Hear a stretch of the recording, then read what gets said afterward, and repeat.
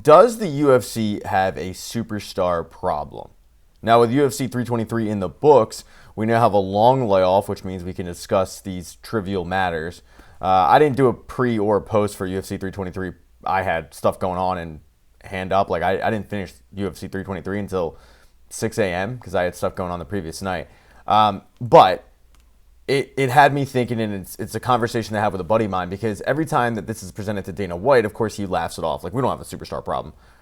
But I really think the UFC does have a superstar problem. And I think the main event result of UFC 323 set in place what the UFC was desperately hoping for, and I will expand on that in a second. Now, when you look at the pound-for-pound rankings of the UFC, and we'll go through it, I think it highlights the fact that they have a giant superstar problem. Because the best in the sport are not the people that anybody wants to see. And the proof is in the pudding. The first Paramount card, when you look at it, UFC media is ripping it apart, and diehard fans are ripping it apart because you have an interim title fight between Justin Gaethje and Paddy Pimblett, where on the surface as a fan, you go like, are these guys really deserving of a belt? We just saw Arman Tsarukyan, who is the number one guy in the division that isn't Ilya. We just saw him run through Dan Hooker. He deserves a title shot. Like, what is going on here? Again, though, they have a superstar problem. So let's take a look at the UFC rankings real quick. The number one, obviously, is Islam Makhachev, who is unequivocally the number one pound-for-pound fighter. I don't think you're going to find anybody in the UFC. I don't think you're going to find any journalist that covers MMA. I don't think you're going to find many fans that will argue this. He's boring as fuck. Like, if I never watch Islam Makhachev fight again, I will be okay with it. He's never once sold me a fight. I've never been excited for the next Islam fight. The only Islam fight that I could think I'd be excited for is if he fought Ilya, but Ilya is selling that fight. It's not Islam selling that fight. Because as I sat there watching UFC 322 and watching Islam ragdoll JDM, I was pissed. I was pissed that I was sitting there watching what I figured was going to be 25 minutes of a snoozer. Of Islam grappling, holding him down. There's not much action. It's total domination, okay? Total one-way traffic by Islam. No ifs, ands, or buts about it. It is not entertaining. And I'm a little bit of a hypocrite, because I do like watching Merab fight, but I do think that there's a difference between Islam. He gets you down, he holds you there. He's not really going for a finish, but he'll take it if the back is there.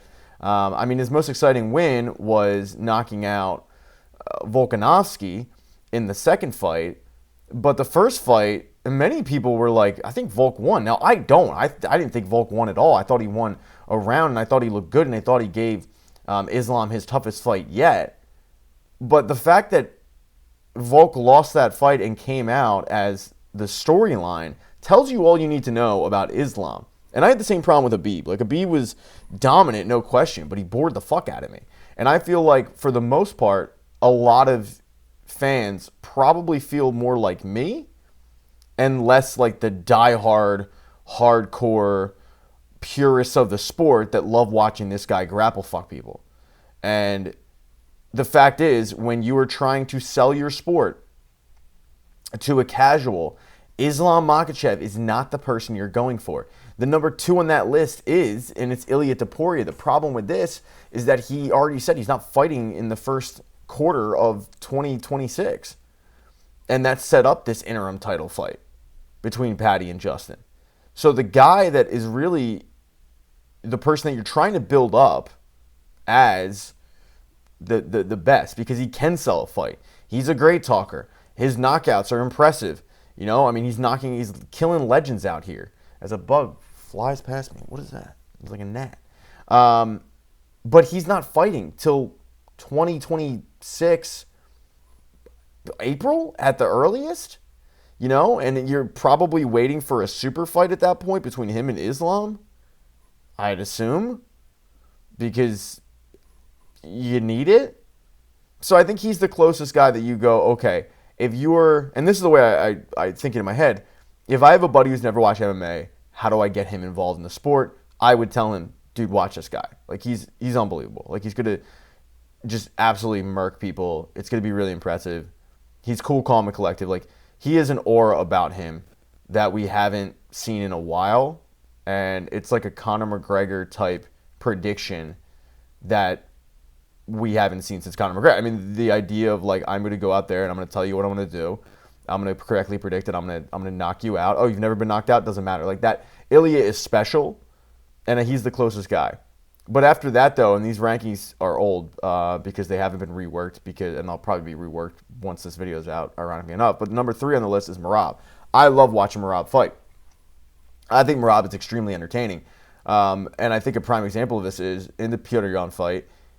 He picks up Yan. He's got him on his back. Instead of just slamming him, he's like egging on the crowd. He's talking to Dana White, kissing Sean O'Malley's back. Like even Sean O'Malley was like, I can't hate Merab because no one can hate Merab. But is he somebody the UFC is actively going to push? What was the big storyline coming into this fight? Was it Merab versus Yan 2, or was it, oh my God, Merab is defending the belt 4 times in a calendar year? That is insane. That was the fight. Like, that was the selling point. And I think the UFC was thrilled that Merab lost. I don't think they have anything against Merab. But what Merab losing does is sets up Petr Yan versus Sean O'Malley. And make no mistake about it, this man just defended the belt 4 times in a calendar year. He will not get an immediate title shot when he 100% deserves it. 1,000% he deserves it. And you've already seen Petr Yan say, I think he needs to win one more before I give him a shot. Because Petr Yan knows the money fight is Sean O'Malley. And Sean O'Malley is the closest thing that the UFC does have to like a, before I spoke out of turn. I said Ilya was the closest thing to McGregor. Before that, though, it was O'Malley. Like O'Malley was telling you, like, I'm going to knock this guy out. And he's got that knockout, the aura about all that. And then obviously Ilya comes along and like he's doing it at another level. But this sets up a fight between Petr Yan and Sean O'Malley that sells itself because the first fight, I had it for Yan. I thought it was extremely close, but I thought that Yan won the fight. I think you can tell by Sean O'Malley's face after the announcement was made that he was surprised he won the fight. That was only 3 rounds. This will be 5. If Sean O'Malley goes out and beats Song Yudong, he will end up getting the next fight. The UFC will tell Merab, hey, you defended the belt in 4 times. You fought, I think, whatever it was, like 5 in a calendar year, whatever. Take some time off, and we'll get you back in. But make no mistake about it. When Petr Yan steps in the cage, the next time, he will not be fighting Merab. He will be fighting Sean O'Malley, barring Sean O'Malley winning against Song Yudong. The worst case scenario for the UFC is that Song Yudong ends up winning that fight. But the UFC knows that Sean O'Malley is a superstar. Because in the UFC, it doesn't matter if you win or lose. You have an ability to bring in fans. Sean O'Malley has that. The casual frat boy that doesn't really watch UFC a lot, he will watch Sean O'Malley. So the UFC, I think, was thrilled Merab lost because of the fact that Petr Yan can now get out there and fight Sean O'Malley, where selling a Sean O'Malley versus Merab 3, that doesn't sell. I mean, there's no storyline there. Merab won both, and even Sean O'Malley was like, I don't really know what to do at this point. I mean, he's killing everybody. So I think that was the best thing that the UFC could have hoped for, is Petr Yan wins. Number 4 on the list is Khamzat Chimaev. All right, dominant, champion. But the fact is, he goes out there and I'm going to smash ya, boy. I'm going to smash everybody. It reminds me of Khabib coming out and just yelling chicken. You're trying. There's a little bit of charisma there. But the fact is, this is the fight game. And the fighting only goes so far. You do need the mic skills. And Khamzat doesn't have that. Now, I think Khamzat, you're able to sell him to a casual fan just by saying, yo, this dude is so strong that he broke Robert Whittaker's jaw. But at the same time, he is so dominant in, I think, a weakened division that you look at the division, you go like, I don't know who gives him a fight. I really don't. And on top of it, I think he's fighting in the wrong weight class because he always has problem making weight and he doesn't fight often. So while he is dominant, and while I think he does draw in the casual fan at times, there's not a lot of competition. He's not good on the mic. He doesn't fight often. That's a recipe for disaster. Alexander Pantoja is on this list. Obviously, that's probably going to be fixed a little bit, or he'll be bumped down. I love Pantoja. I love watching any flyweight fight. Honestly, I mean, they're always exciting. They rarely are a snoozer. I'm looking forward to Pantoja versus Josh Van 2 because of the fluke accident. But I think one of the issues that you'll see with this top 15 is a lot of these guys aren't American. They speak through translators, and thus, even if they are trying to be charismatic, it falls short because they're doing it through a translator, and they're not able to get their message fully across. Petr Yan's come a long way in learning English so that he can talk shit and sell a fight. And you saw that where he didn't need a translator to speak after winning the belt. Unfortunately for Alexander Pantoja, he does. And I do think that hurts him in being able to sell, which then hurts you in being able to claim that you're a quote-unquote superstar. After that, Alexander Pereira, he's great. He's incredible. And it's very impressive to watch. He is, in the cage, extremely exciting. Outside of the cage, he is a robot. He ain't selling shit. He's not talking up anything. You're never rushing to see the Alexander Pantoja media scrum. You're never rushing to see Alexander Pantoja's press conference. You don't give one fuck about Alexander Pantoja after he wins and what he has to say, because there's nothing to say. You know, he just doesn't have the ability to get on a mic, and I don't think he cares. I think that's part of it. But also, he's another guy that speaks to a translator, and I think that does hurt him. His in-ring ability, yeah. And I think that you can sell a super fight between him moving up to heavyweight and going for, a third belt. And it's very impressive. But make no mistake about it, the other guy would be having to do the majority of the media legwork to sell that fight, while the UFC overhypes hey, this guy knocks out everybody and he's impressive and he's going for a third belt and all that. And that is great, but is that a superstar? I think you need both. I think you need in-ring, and I think you need mic skills, and I don't think he has both. I think he's got in-ring, obviously. After that, Volk. Volk, I think the problem with Volk is he is the 145-pound champion with Ilya out there. And this, to me, is the same problem that Daniel Cormier had when he regained the lightweight belt, and everybody knew that the rightful lightweight champion was John Jones. You can get out there with your belt, and that is fine. The problem is we've seen what happens when you fight the literal champion. He gave you that belt. He gave it up. And for Volk, the problem is he lost once, to Ilya. Got knocked out. Didn't look good. Wasn't all that competitive. And again, Ilya does that to everybody. But Ilya got bored with the division and moved up because the UFC needed somebody. They needed to sell a fight. So they were like, well, Ilya, you get up there. We can sell you. It opened the door for Volk to get his belt back. And I love Volk. And I think Volk is very charismatic. And I love the fact that when he loses, he owns it. And he does it in a funny way. And I think he's great. But once again, the problem with Volk is if he never lost to Ilya, I would say he is your superstar. Because he is probably the greatest featherweight ever. At least he's in the conversation for sure. He's top 3 at the lowest. But when you know that there is a guy that at any moment can come back down and whoop your ass, tough for me to be like, that is a superstar. And I will watch any Volk fight. Like, Volk fights are fun and they're competitive, and he is a guy with great mic skills. It's just the fact that he's fighting in a division and he has a belt, and I look at the belt as being somewhat hollow. And then, all right, moving on, and then next on the list is Tom Aspinall. He's the best heavyweight. He fights in a shallow division where you look up and down and you go, okay, he's going to fight Cyril Gane. I guess in the first 2 minutes or whatever that fight lasted, Cyril Gane looked okay, but I think everybody goes, Tom Aspinall's probably on another level, and he probably would have pulled away eventually.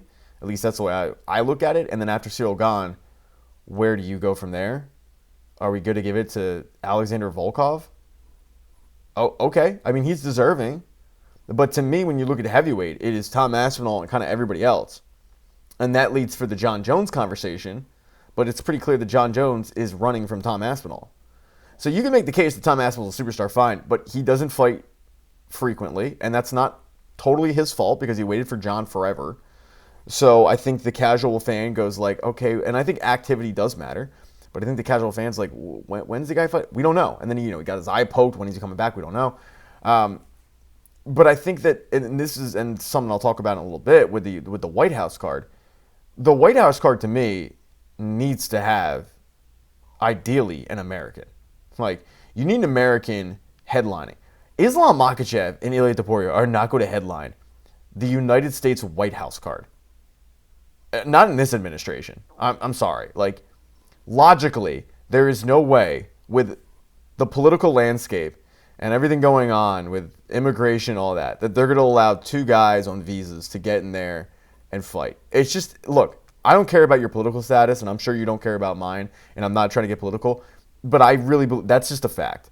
And what that leads you to go with is Tom Aspinall, a Brit, against John Jones, an American, the 1776 thing, the Revolutionary War, it writes itself. But the next thing is like, well, who do you find? Well, there's always been an aura about the heavyweight division. There's always been that thing, oh my God, the heavyweight champion of the world. You're not probably going to have, when you think about it, like a Piotr Jan versus Sean O'Malley at 135 to headline the White House card. I think that would be a banger of a fight. I'd love it. But I think ideally you're going to look at an American versus an American heavyweight. There's only really one, and that's John Jones. He wants to come back. But is that going to happen? And that would be the only heavyweight fight that I think interests a lot of people. Because I don't think anyone's lining up to watch Cyril Gane versus Tom Aspinall. And I'm talking the casuals. Yeah, the diehard, like, I'll watch it, sure. Because I watch every card. But the casual isn't like, man, I got to watch the next Cyril Gane fight.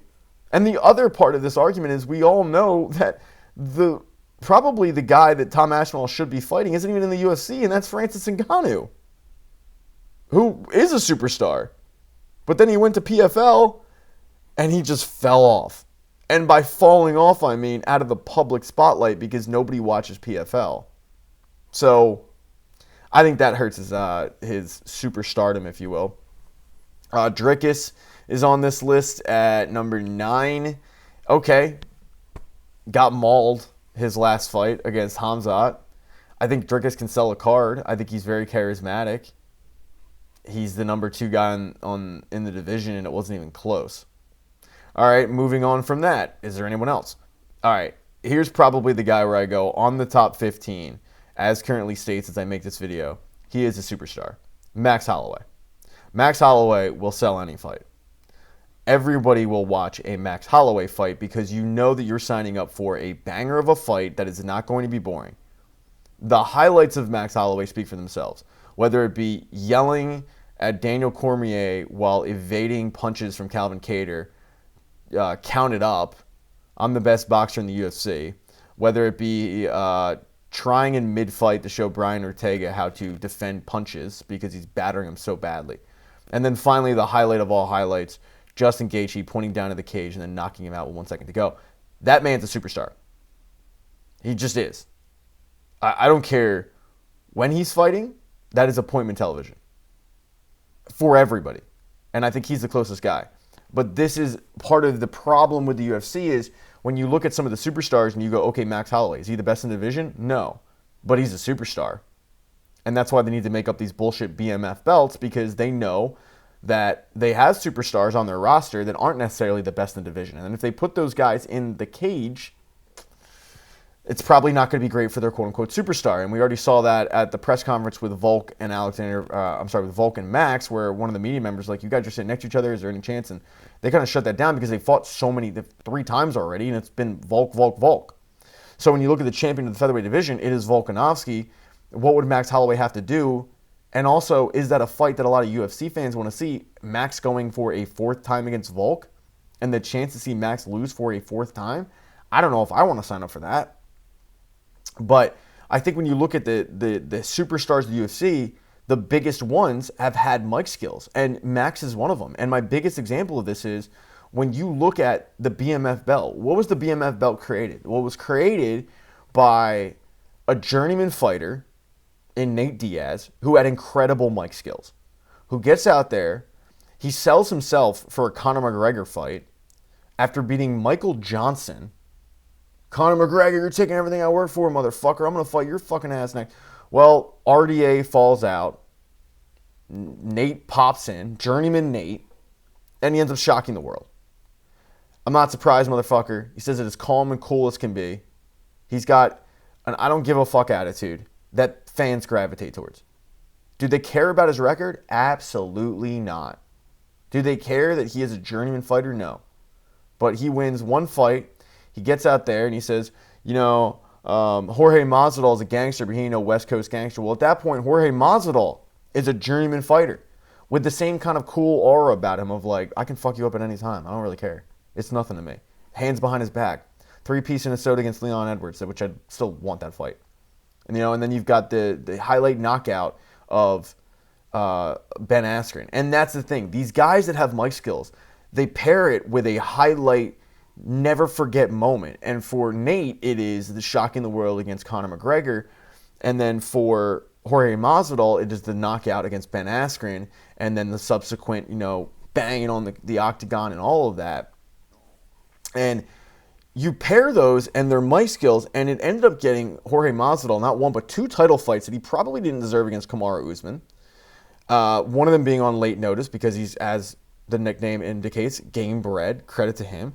And then Nate obviously became an immediate fan favorite, where when you look at the Leon Edwards fight, he got his ass beat for 24 minutes, but no one remembers that part. They remember the 25th minute, or in the 24th minute, when he tagged Leon Edwards and he just pointed at him and started laughing, but he was too tired to actually go and finish the fight. The mic skills ended up making these guys, the mic skills along with the moment, ended up making them superstars, where that the casual fan knows who they are and wants to see them fight. And that's why we have a bullshit BMF belt. And the UFC capitalized on it, credit to them. But Max Holloway is of the same ilk. He's not a journeyman fighter. That's a big difference. He's like one of the best to ever do it. And Jorge Masvidal and Nate Diaz are never going to make anybody's top 10 list. Max Holloway is, though. And I think he's the closest guy you have on this list to a superstar. All right, moving on from him, JDM. I think we all saw what happened to JDM. I can move on. And the boss, although JDM is as boring as hell. Like, I can't tell you one JDM interview that was compelling. No one, again, if this is similar to what I talked about earlier, is lining up to watch a JDM presser. The guy has zero personality. After that, Magomed Ankalaev. No. Same thing. Not overly compelling.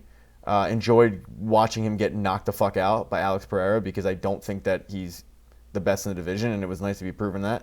I thought Pereira had an off night in the office, but I don't find Ankalaev remotely compelling in the slightest, and I don't think I'm alone in that. I don't see the next Ankalaev fight being one that anyone's really being like, oh shit, I gotta see him fight, because it's like he gets in there, he's got decent stand-up, decent grappling, zero mic skills, talks to a translator. Yeah, I'm out. Armin Zarukian. Armin comes out and says, make it make sense when the Paddy Pimblett and Justin Gaethje fight gets announced. Well, it's not hard to make it make sense, and I said this in another video.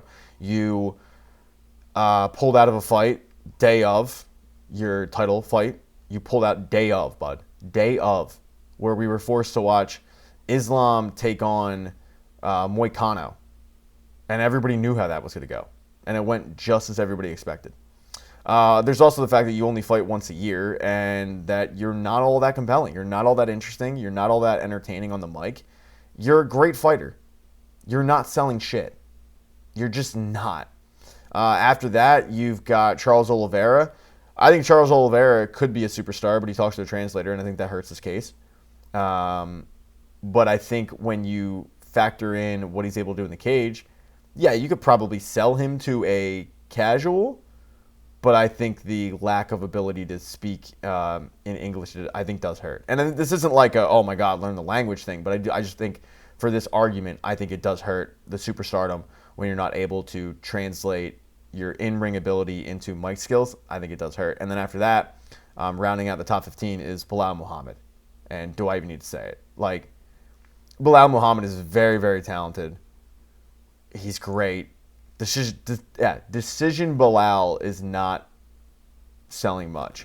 And he tries. Like, he actually does try, and I'll give him credit. And he's got, he comes in with the sunglasses and all that. But I think he's a guy that has okay mic skills. His in-ring skills, while great, are not something that you're telling your buddy, you have to watch Bilal Muhammad fight. Because you know it's going to a decision, and his last fight wasn't great. And that's rounding at the top 15. Which brings me to the point of, does the UFC have a superstar problem? Absolutely. And that Paramount card is a prime example. The Paramount card's made, and it's quote-unquote superstar after superstar after superstar. And the problem with the superstars is they're not the best in the division. They're not close. And they throw Paddy Pimblett in there against Justin Gaethje. Two guys that casual fans know, two guys that casual fans will watch, and one guy in Paddy Pimblett that they can easily make into a superstar, who is on the cusp. If not, he's already there. So you have two guys who can talk, whose highlights speak for themselves, and then you can put a belt on them. And thus, they are a superstar, right? You're selling that. And that's why they got this fight. It wasn't just their in-ring ability. Make no mistake about it, or in octagon ability. It was the fact that these two guys are compelling. They are compelling because they have the mic skills. And I think the UFC ideally wants to set up Paddy versus Ilya because of the bad blood that happened like 3 years ago at a hotel.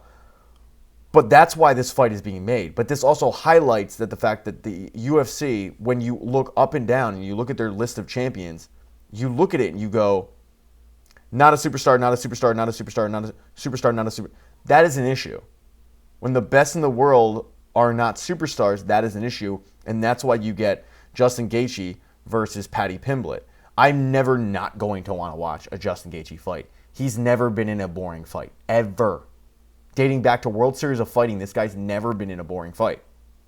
Paddy Pimblett, while I've been critical and shit on him, the guy can sell a fight. People want to watch Paddy Pimblett. My buddy, who has never really watched UFC, is walking around in Paddy Pimblett gear. You know, that guy sells. Sean O'Malley sells a fight. So ideally what they want to do for the UFC is come out of this with Paddy with the belt so that they can face off against him and Ilya in the second quarter of 2026. And they want Sean to win so they can have Sean go against Petr Yan to regain the belt so that he is once again the champion, because Sean sells more than Merab. Even though I love Merab, I love watching Merab. I think Merab is extremely entertaining. The dude is a fucking character.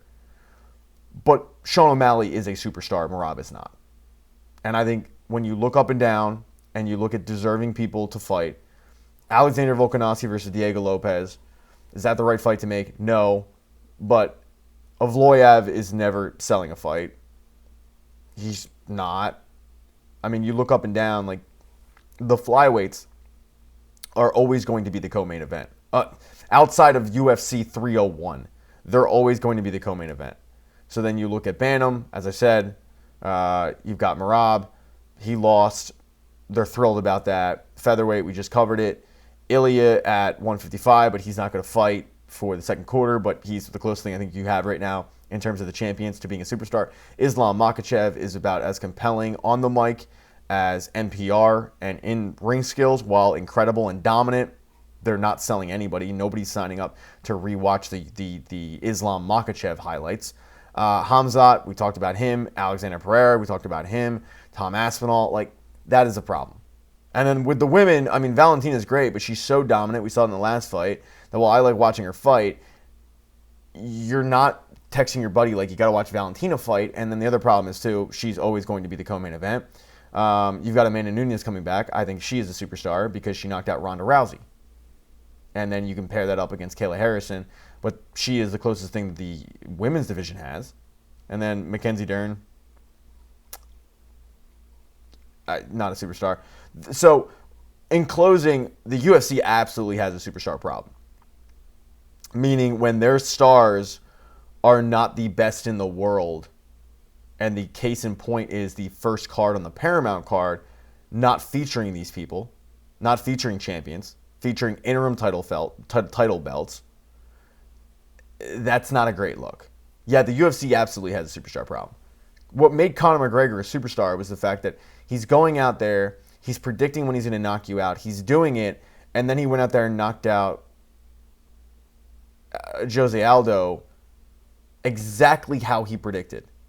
Then he goes out, wins his second belt against Eddie Alvarez, main eventing an MSG card. And then obviously the wheels fell off and, cocaine gets involved and it's, the boxing and all that.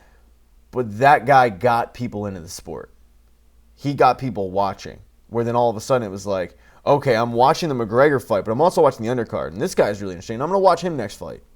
And next thing you know, you're watching every fight. And I say this hand up because McGregor got me into the sport. When I heard McGregor talking about his ancestors swinging a pickaxe around, I was like, I've tried to get into MMA before.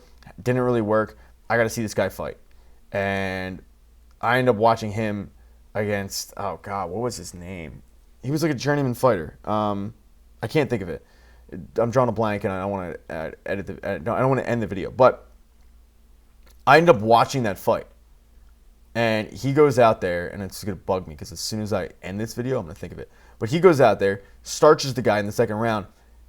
What sold me on McGregor wasn't the fact that he starched him in the second round, and it wasn't necessarily the highlight, the commercial to promote the fight sold me to watch the fight. What then sold me to watch McGregor's next fight was him jumping out of the cage and screaming in Jose Aldo's face. And I, at the time, a super, super casual, once again, haven't watched more than 2 UFC fights ever. I'm like, I don't know who this guy is, but I need to watch those 2 guys fight. That's a superstar. And then he goes out and does what he does. So the UFC doesn't really have that guy right now. The closest they had was O'Malley. O'Malley gets mauled by Merab. Not a great look. And yeah, that's why you have the Paramount card the way it is. So I think absolutely the UFC has a superstar problem. They're still printing money. They'll still do okay. But when people say, does UFC have a superstar problem, and Dana White laughs it off, just know inside he's probably crying. Because he knows that they do. Because when you look up and down and you go, the pound for pound best in the world ain't selling shit, that's an issue. I know this is a long video, probably the longest I've ever done on one particular topic by myself, but subscribe if you could. Thumbs up, thumbs down. Let me know in the comment section if you agree or disagree. Who is the closest thing in MMA right now to a superstar? I think there's an issue that when Conor McGregor, who hasn't fought since Epstein was alive, when he comes out and wants to get on a White House card, and he is still probably, when you ask a casual person on the street, name UFC fighters, he's probably, if not one, as low as 3 to be mentioned, and he hasn't fought in forever. That's an issue. But yeah, let me know if you agree, disagree, who you think. I don't know how to end these. Goodbye.